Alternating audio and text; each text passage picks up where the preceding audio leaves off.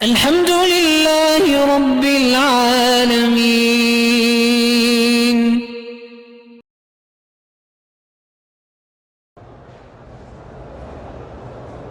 میری امی کو نماز میں بھول جاتی ہے، ہم قریب کھڑے ہو کے بتاتے کوئی بات نہیں، بیماری ہے، بے ہوش ہونے سے وضو ٹوٹ جاتا ہے، ہاں ٹوٹ جاتا ہے۔ تبرکن جنگلے یا دیوار کو چومنا جو ہے یہ منع ہے۔ حضرت یوسف علیہ السلام کی قمیص پر لوگ دلیل پہ، وہ تو نبی کی قمیص تھی، یہ جعلی نبی نے تو نہیں لگائی۔ انبیاء کے کپڑوں سے تو تبرک جائز ہے۔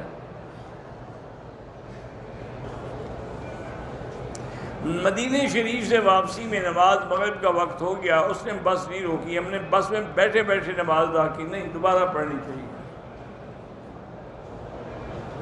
جدہ سے واپسی میں عصر اور مغرب کا وقت آئے گا، وہ جہاز میں کیسے ادا؟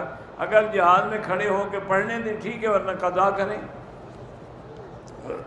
حضور سے بھی قبر میں سوال و جواب ہوگا، حضور سے پوچھنے کی ضرورت ہی نہیں ہے، وہ تو اللہ کے نبی ہیں، معصوم ہیں۔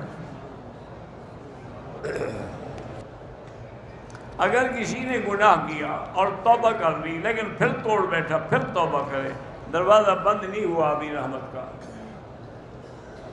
اگر کوئی آدمی اپنی بیوی کی اجازت کے ساتھ 2 سال کے لیے نوکری پہ باہر جاتا جائز ہے۔ حضور پاک کا نام مجلس میں بار بار آئے، پھر بھی درود شریف پڑھنا چاہیے۔ حمل کا 8واں مہینہ ہو تو روزہ رکھ سکتی، اگر روزے میں اس کو تکلیف نہیں ہوتی، اس کو بھی اور بچے کو بھی، پھر رکھ سکتی ہے اور نہ قضا کرے۔